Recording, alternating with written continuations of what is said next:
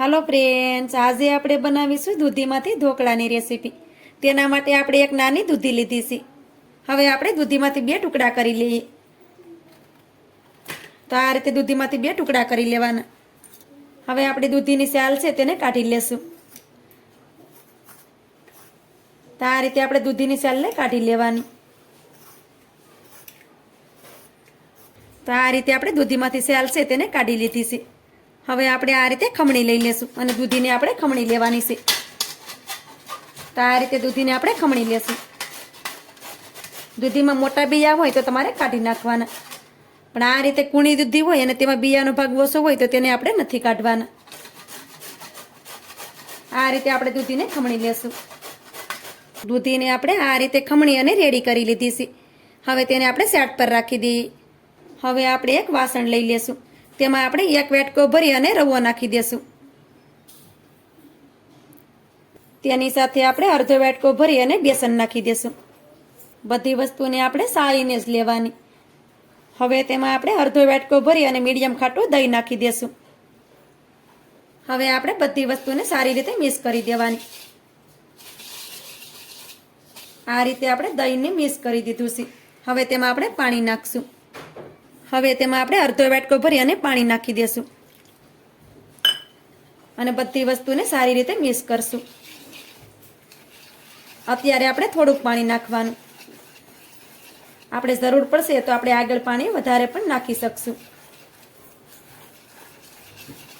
તો આ રીતે તમે જોઈ શકો છો કે આપણે રવાની અને બેસનને સારી રીતે મિક્સ કરી દીધો છે।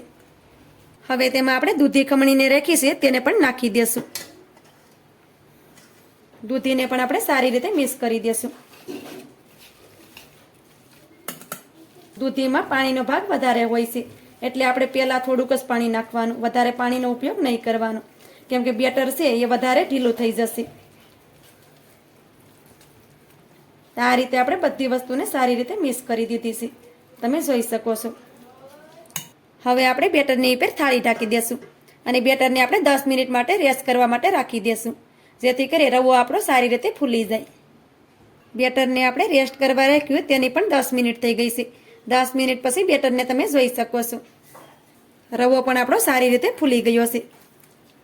હવે તેમાં આપણે થોડું થોડું પાણી નાખતા જઈએ અને મીડિયમ ઠીક બેટર બનાવી લઈએ। તો એક સાથે વધારે પડતું પાણી પણ નહીં નાખવાનું, નકર બેટર છે તે વધારે ઢીલું થઈ જશે। તો આ રીતે થોડું થોડું પાણી નાખી અને બેટરને બનાવી લેવાનું। આ રીતે આપણે થોડું થોડું પાણી નાખતા ગયા છે અને બેટરને બનાવી અને રેડી કરી લીધું છે। બેટરને તમે જોઈ શકો છો કે આ રીતે બેટર રાખવાનું છે। બેટરને આપણે મીડિયમ ઠીક રાખવાનું છે, વધારે પડતું પતલું બેટર આપણે નથી રાખવાનું। આ બેટર છે તે ઢોકળા બનાવવા માટે એકદમ પરફેક્ટ છે। હવે તેમાં આપણે મસાલા નાખવાના છે। હવે તેમાં આપણે થોડાક લીલા ધાણા નાખી દઈએ, થોડાક આપણે લાલ મરચાંના ટુકડા નાખી દઈએ। તમારી પાસે લીલા મરચાંના ટુકડા હોય તો પણ તમે નાખી શકો। સ્વાદ પ્રમાણે મીઠું નાખી દઈએ, થોડીક આપણે હળદર નાખી દઈએ। ઢોકળા આપણે પસવામાં સહેલા રહે તે માટે આપણે થોડીક હિંગ નાખી દઈએ।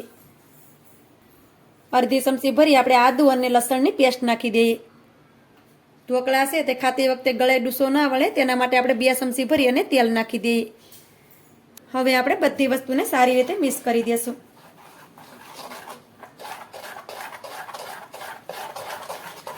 આ રીતે આપણે બધી વસ્તુને સારી રીતે મિક્સ કરી દેવાની। આપણે દૂધીનું શાક બનાવીએ છીએ તો કોઈ ખાવાનું પસંદ નથી કરતું, પણ આ રીતે આપણે નવી રીતે ઢોકળા બનાવશું તો આ સૌને પસંદ આવશે, ખાવામાં તો એટલા ટેસ્ટી લાગે છે।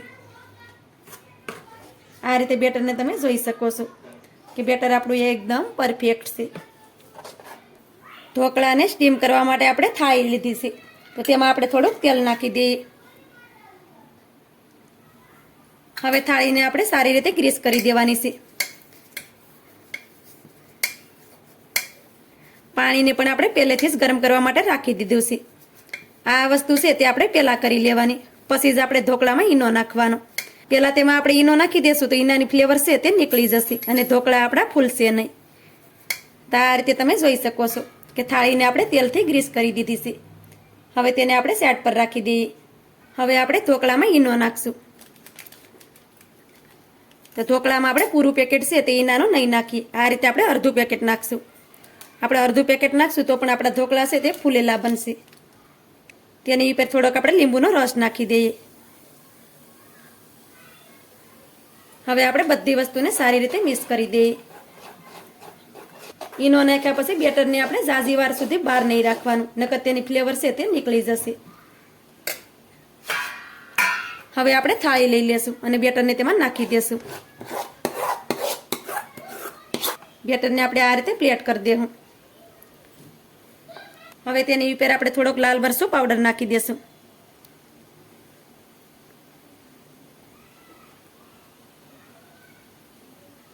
આ રીતે હાથેથી જ નાખી દેવાનું. હવે ઢોકળાને આપણે સ્ટીમ કરશું. ઢોકળાને આપણે કઢાઈમાં સ્ટીમ કરવાના છે.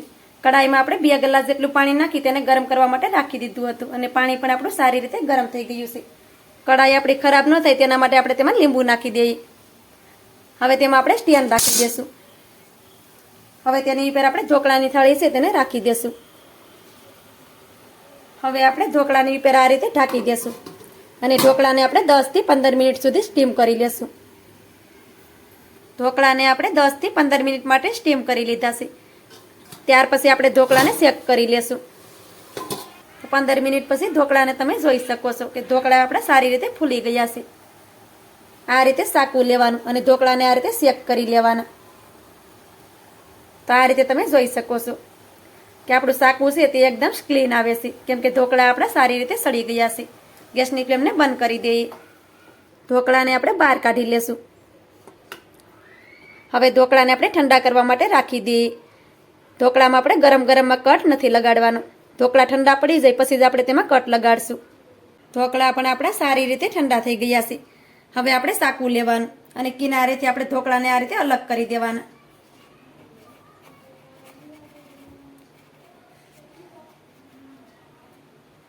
આ રીતે તમે જોઈ શકો છો કે ઢોકળા છે તે આસાનીથી કિનારેથી અલગ થઈ જશે. આ રીતે તમે જોઈ શકો છો કે ઢોકળાને મેં કિનારેથી અલગ કરી દીધા છે. હવે તેમાં આપણે કટ લગાડી દેશું. તો આ રીતે આપણે ઢોકળામાં કટ લગાડવાના છે.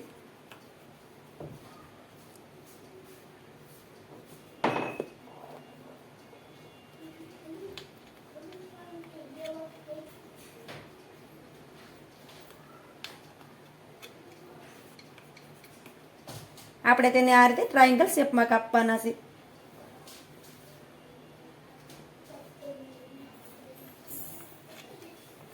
ઢોકળાને આપણે આ રીતે ટ્રાયેંગલ શેપમાં કટ લગાડી દીધો છે. હવે આપણે ઢોકળાને આ રીતે બહાર કાઢી લેશું. ઢોકળાને તમે જોઈ શકો છો કે ઢોકળા આપણા એકદમ સોફ્ટ બન્યા છે અને એકદમ જાળીદાર બન્યા છે. તો આ રીતે આપણે બધા પીસીસ છે તેને બહાર કાઢી લેવાના છે.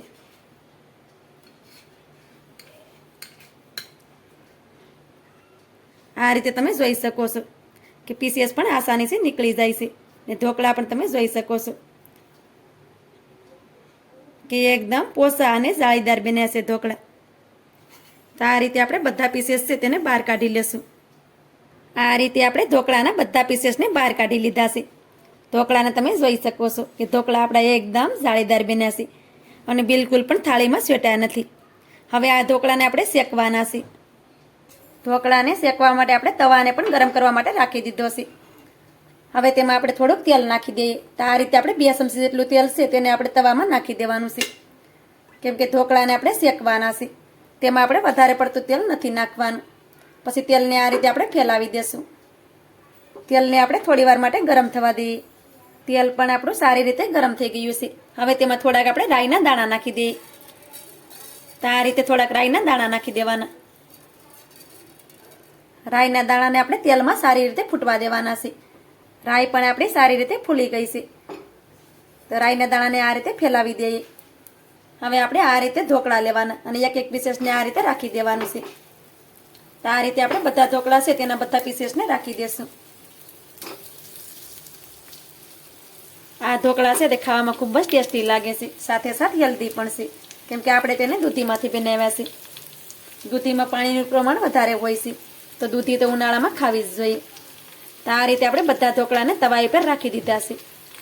તો ઢોકળાને આપણે સારી રીતે શેકવાના છે. તો તેમાં આપણે થોડુંક તેલ વસેથી નાખી દઈએ. તો આ રીતે વસે થોડુંક તેલ નાખી દેવાનું, જેથી કરી ઢોકળા આપણે સારી રીતે શેકાઈ જાય. હવે આપણે ઢોકળાને થોડી વાર માટે એક સાઈડમાં સડવા દઈએ. ઢોકળાને આપણે એક સાઈડમાં થોડી વાર માટે સડવા દીધા છે. હવે આપણે ઢોકળાને બીજી સાઈડમાં પલટાવી દેવાના છે.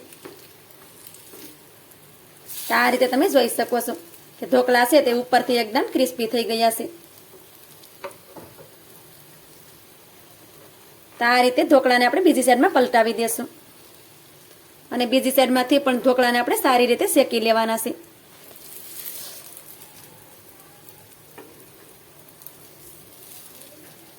આ રીતે આપણે ઢોકળાને બીજી સાઈડમાં પલટાવી દીધા છે. હવે ઢોકળાને આપણે બીજી સાઈડમાં પણ થોડી વાર માટે સડવા દઈએ. ઢોકળાનો કલર થોડોક ચેન્જ થઈ જાય ત્યાં સુધી ઢોકળાને આપણે સડવા દેવાના. ઢોકળાને આપણે બીજી સાઈડમાં પણ થોડી વાર માટે સડવા દીધા છે અને ઢોકળા આપણે બીજી સાઈડમાં પણ સારી રીતે સડી ગયા છે. તમે જોઈ શકો છો કે એનો કલર પણ ચેન્જ થઈ ગયો છે. હવે આપણે ગેસની ફ્લેમને બંધ કરી દેવાની છે અને ઢોકળાને આપણે બહાર કાઢી લેશું. તો આ રીતે આપણે બધા ઢોકળાને થાળીમાં કાઢી લેશું. બધા ઢોકળાને આપણે થાળીમાં કાઢી લીધા છે. ખૂબ જ ઓછા તેલમાં આપણા ઢોકળા બની અને રેડી થઈ ગયા છે. આ ઢોકળા છે તે ખાવામાં ખૂબ જ ટેસ્ટી લાગે છે. ઉપરથી આપણે થોડાક લીલા ધાણા નાખી દેવાના. આ ઢોકળાને તમે ચટણી સાથે અથવા તો સાની સાથે પણ ખાઈ શકો છો. આ ઢોકળા છે તે ખાવામાં ખૂબ જ હેલ્ધી છે. તો મારી આજની રેસીપી તમને સારી લાગી હોય તો લાઈક કરી કોમેન્ટ કરી દેજો. ચેનલ પર નવા હોય તો ચેનલને સબસ્ક્રાઈબ કરવાનું ભૂલતા નહીં. તો મળીએ એક આવી જ નવી રેસીપીની સાથે. ત્યાં સુધી બધાને જય માતાજી.